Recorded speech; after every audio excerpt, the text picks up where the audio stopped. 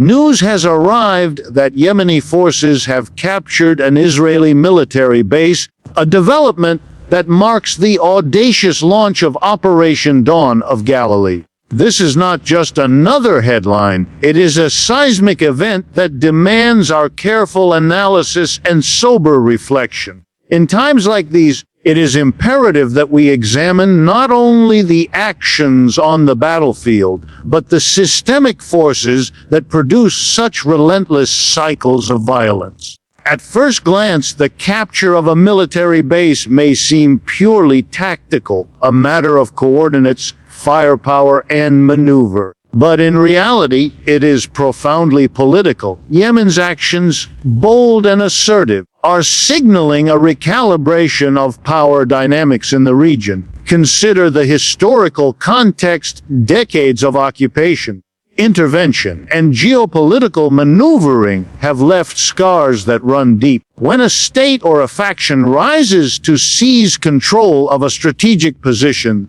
it is speaking a language of desperation, ambition, and calculated risk. And here lies the first hook of our reflection. Understanding why these eruptions occur is more urgent than merely cataloging them. Yemen's capture of an Israeli military base is more than a tactical victory. It is a strategic statement that reverberates far beyond the immediate geography of the battlefield.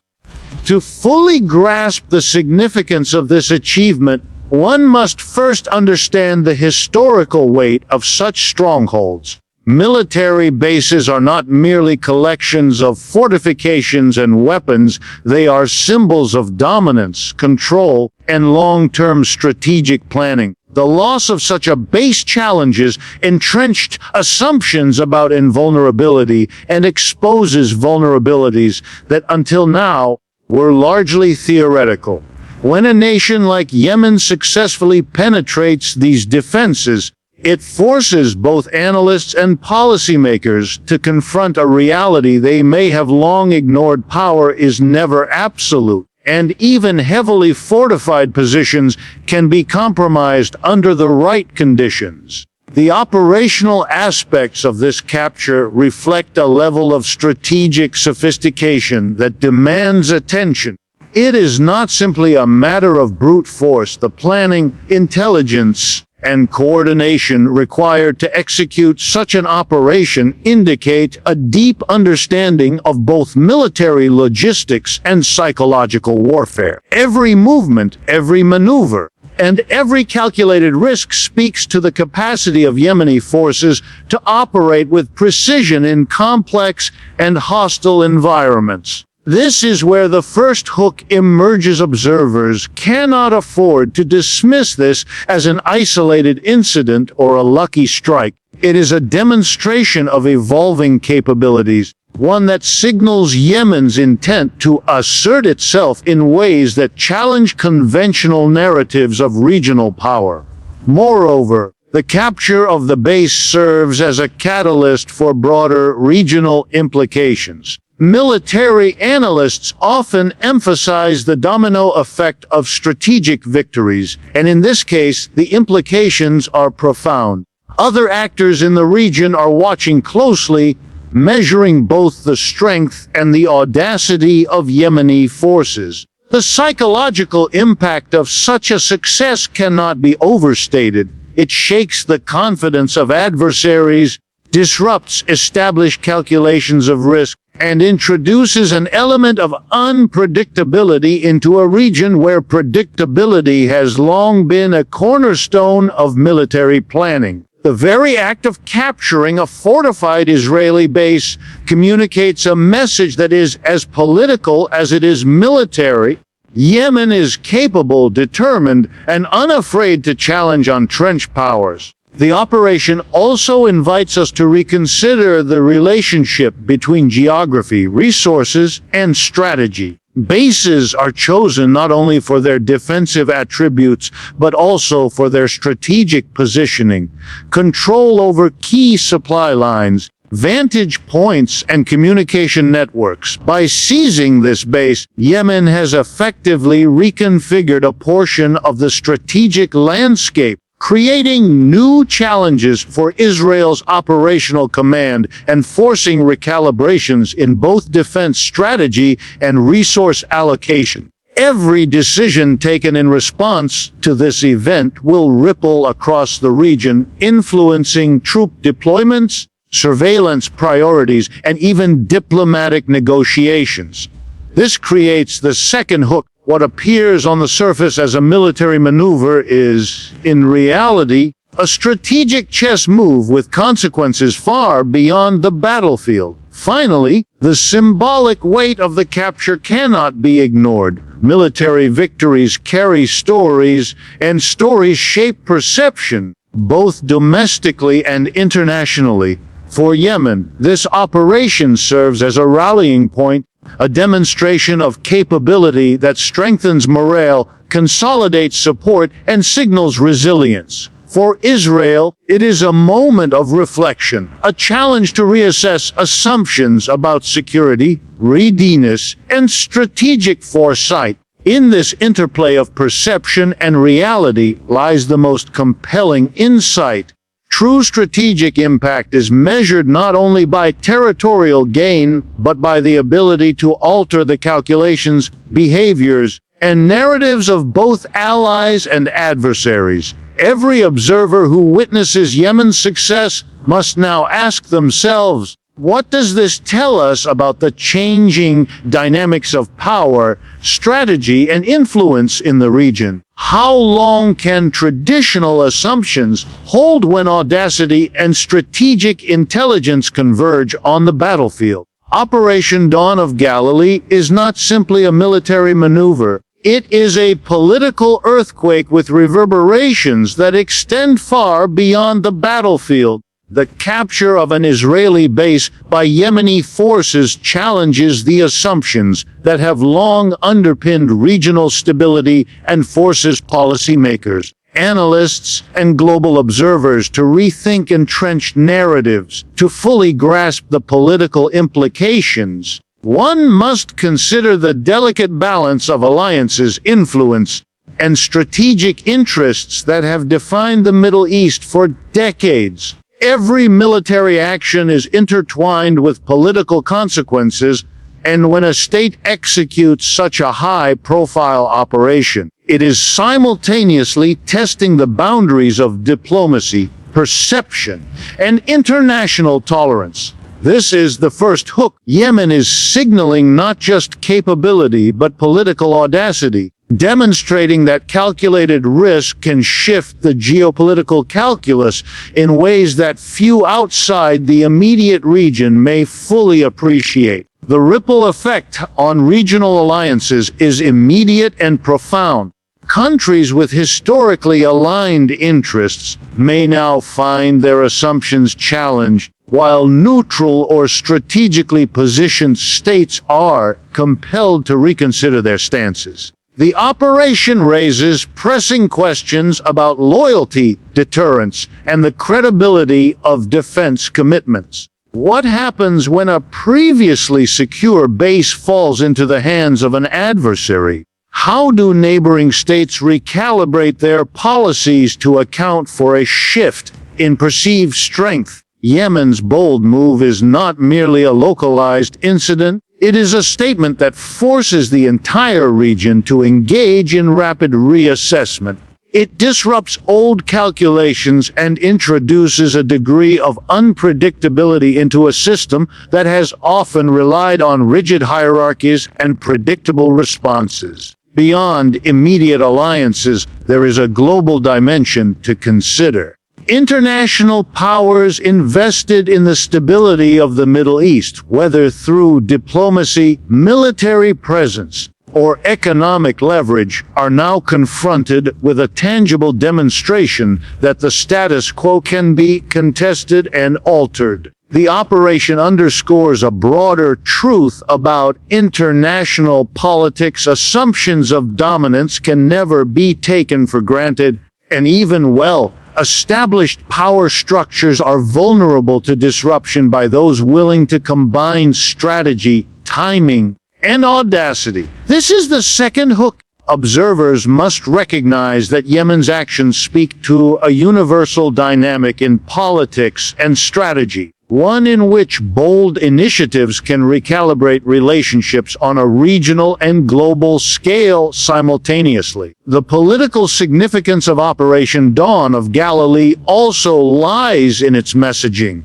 Military victories carry symbolic weight, and symbols influence perception as powerfully as territory or firepower. Yemen's capture of the base communicates resilience, determination, and strategic vision. It sends a message to Israel that dominance is neither guaranteed nor unchallenged. It signals to regional actors that calculated risks can yield results, and it broadcasts to international audiences that Yemen is an active, strategic participant in shaping its destiny rather than a passive actor in a region often defined by external intervention. This duality of practical and symbolic impact deepens the complexity of the political fallout and amplifies the stakes for every actor observing the unfolding events.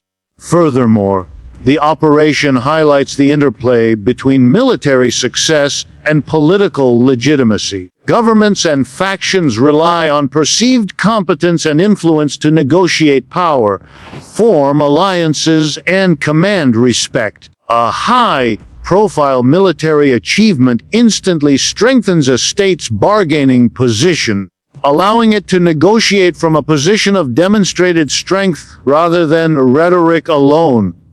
Conversely, for Israel and its partners, the event introduces immediate questions about credibility, preparedness, and response. The operation thus becomes a lens through which we can examine the fluidity of power and the ways in which perception, action, and consequence are intertwined in political strategy. It forces a re-evaluation of not only what states can achieve on the battlefield, but also how such achievements shape the very structure of regional politics. Finally, Operation Dawn of Galilee challenges us to reconsider conventional wisdom about deterrence and influence. Political power is not static. It is constantly tested by those willing to confront assumptions with action. Yemen's initiative demonstrates that boldness, strategic insight, and timing can generate political leverage that transcends immediate military gains. Observers, analysts, and policymakers are compelled to ask hard questions. How resilient are existing alliances? How adaptable are traditional power structures? And how will this shift the contours of negotiation, cooperation, and confrontation in the coming months and years? Every facet of this operation, from planning to execution to messaging, illuminates the intimate connection between military success and political influence. And it compels all stakeholders to rethink the limits of strategy and the nature of power itself. Absolutely! Here's an expanded, professional, and engaging version of Key Point 3 in the style of Prof. Richard D. Wolff. Written as a continuous narrative with hooks, the capture of an Israeli base by Yemeni forces carries consequences that extend far beyond military strategy and political calculation, directly affecting civilian populations in ways that demand our attention. War is never waged in a vacuum, and even the most precise operations ripple outward, touching the lives of those who are often powerless to influence the outcome. In the immediate vicinity of the captured base, communities face disruption, insecurity, and a sudden redefinition of daily life. The presence of military forces, the movement of troops, and the uncertainty surrounding control introduce psychological and physical pressures that alter the fabric of local society. Herein lies the first hook. While headlines may emphasize territorial control, the human dimension, fear, displacement, and disruption carries consequences just as real, if less immediately visible. Displacement is one of the most immediate effects. Civilians living near military installations are forced to flee, abandoning homes, businesses, and personal belongings. Entire neighborhoods can become temporary zones of conflict, with residents forced to navigate checkpoints, curfews, and the unpredictable movements of armed forces. These dislocations are not merely logistical inconveniences, they are deeply destabilizing, severing community bonds, interrupting education, and straining access to health care and essential services. Every strategic gain on the battlefield comes with a corresponding human cost, a cost that often goes underreported in conventional analysis. This is the second hook. The story of the operation is incomplete without understanding the profound personal and societal disruptions it produces. The capture of the base also alters local economic dynamics, markets, trade routes, and supply lines that previously supported civilian life can be disrupted or entirely severed. Scarcity of goods and essential resources creates a ripple effect, pushing prices upward and exacerbating the challenges faced by families already living in precarious conditions. Jobs are interrupted, transportation becomes risky, and the flow of basic necessities, food, water, medical supplies, can be delayed or blocked. The economic impact is immediate and tangible, reminding us that military actions are inextricably linked to social stability. This is the third hook. Civilians experience the consequences of strategic decisions in ways that are concrete, measurable, and deeply felt. Psychological impact is equally profound. The uncertainty generated by the sudden shift in control instills fear, anxiety, and trauma. Children witness armed conflict and displacement, while adults navigate an environment of heightened risk and unpredictability. This psychological burden can have long-lasting effects, influencing education, social cohesion, and the capacity of communities to rebuild once immediate conflict subsides. Military victories, while celebrated by those who achieve them, are simultaneously sources of distress for those caught in the crossfire. This duality underscores the complexity of modern conflict and emphasizes the need for a nuanced understanding of what victory truly entails. The operation also highlights the broader ethical dimension of conflict. When strategic objectives are pursued without consideration for civilian welfare, the legitimacy of actions and the moral calculus of warfare are called into question. International humanitarian law, rules of engagement, and principles of proportionality are all challenged when civilians face the unintended consequences of military maneuvers. Every operation is a reminder that human lives and societal stability are central to evaluating the success or failure of a campaign. Here lies another hook. The very act of capturing a base cannot be divorced from its human consequences, and any comprehensive analysis must reckon with this reality. Finally, the civilian impact of Operation Dawn of Galilee illustrates the interconnectedness of strategy and humanity. Military operations may achieve tactical and political objectives, yet their success is inseparable from the way they affect those who live through them. Communities, families, and individuals bear the immediate burdens of strategic decisions, and their experiences often illuminate the broader costs of conflict in ways that military reports cannot. Observers, policymakers, and analysts are compelled to ask hard questions. How can strategy account for human consequences? How does civilian suffering shape the trajectory of conflict? And how might acknowledgement of these realities influence future engagements? In considering these questions, we see that the human dimension is not peripheral, but central to understanding the full implications of Operation Dawn of Galilee, revealing the complex interplay between military ambition and civilian reality. Operation Dawn of Galilee challenges the very assumptions about power and dominance that have long underpinned the strategic calculations of nations in the Middle East. Conventional wisdom often treats military strength as a static measure, assuming that fortified positions, technological superiority, and established hierarchies guarantee control and security. Yemen's ability to capture an Israeli base disrupts these assumptions, forcing analysts, policymakers, and observers to confront an uncomfortable reality: power is neither absolute nor permanent. The first hook emerges here, compelling us to recognize that audacity, strategy, and adaptability can overturn even the most entrenched notions of dominance. No longer can strength be assessed solely by size or resources. It must be understood in the context of ingenuity, timing, and execution. This operation illuminates the fragility of traditional power structures.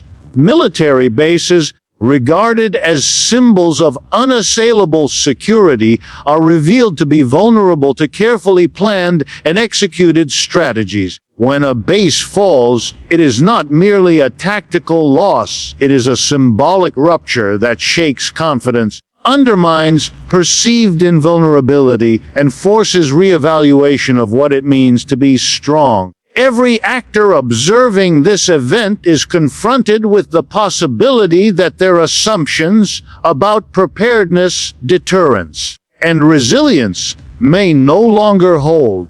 This is the second hook. Power is as much about perception as it is about reality, and when perception shifts, so too does the landscape of strategic influence. Yemen's operation also demonstrates that unconventional approaches can redefine the parameters of conflict. Conventional military thinking often emphasizes scale, firepower, and predictable patterns of engagement, yet when forces employ innovation, local intelligence, and precise execution, they can challenge much larger and more established opponents. This disruption of conventional logic forces a reconsideration of how power is measured and what constitutes a credible threat. It is a vivid reminder that dominance is not solely a function of resources, but also of creativity, adaptability, and willingness to act decisively when opportunities arise. Here lies another hook. Those who underestimate the interplay of strategy and initiative risk being blindsided, regardless of their traditional strength. The operation further illustrates the dynamic relationship between risk and reward in the exercise of power. Taking bold action inherently involves uncertainty, yet the potential gains, whether territorial, symbolic, or political, can dramatically reshape the balance of influence. Yemen's success underscores that calculated risk, when executed with skill and timing, can challenge even the most established power hierarchies. Observers must therefore reconsider the calculus of strategy. Risk is not inherently detrimental, and caution, while often prudent, can be a liability in moments that reward decisiveness. The hook here is clear. The ability to challenge power is as much a question of will and strategic insight as it is of material advantage. Moreover, Operation Dawn of Galilee compels us to examine the broader implications for global perceptions of power. In a world where military superiority has long been associated with technological sophistication and numerical advantage, the operation disrupts the narrative that strength is unassailable. International observers, policymakers, and analysts are forced to reassess not only the balance of forces in the Middle East, but also the principles by which power is judged worldwide. This recalibration of perception underscores the essential insight that authority, influence, and dominance are constantly contested, shaped as much by action and perception as by inherent capability. Finally, the operation invites reflection on the evolving nature of conflict itself. Power is not static, it is relational, contingent, and dynamic. Yemen's achievement demonstrates that even long-standing hierarchies can be contested and reshaped when actors combine strategy, intelligence, and audacity. Every tactical decision, every calculated maneuver, and every successful execution becomes part of a broader narrative that redefines who holds influence, who commands respect, and who shapes the trajectory of regional politics. The final hook emerges in this reality: true power is never guaranteed, and those who presume invulnerability may find themselves confronting a landscape transformed by bold, unexpected action. In closing, let us remember that history does not unfold in isolation. Every military maneuver, every political declaration, every captured base is part of a much larger narrative, one that intertwines ambition, fear, justice, and survival. Yemen's Operation Dawn of Galilee is a pivotal chapter in this story, a moment that compels us to think deeply, act wisely, and seek understanding beyond the headlines. The stakes are high, the outcomes uncertain, but the need for thoughtful analysis and principled reflection has never been clearer. Thank you.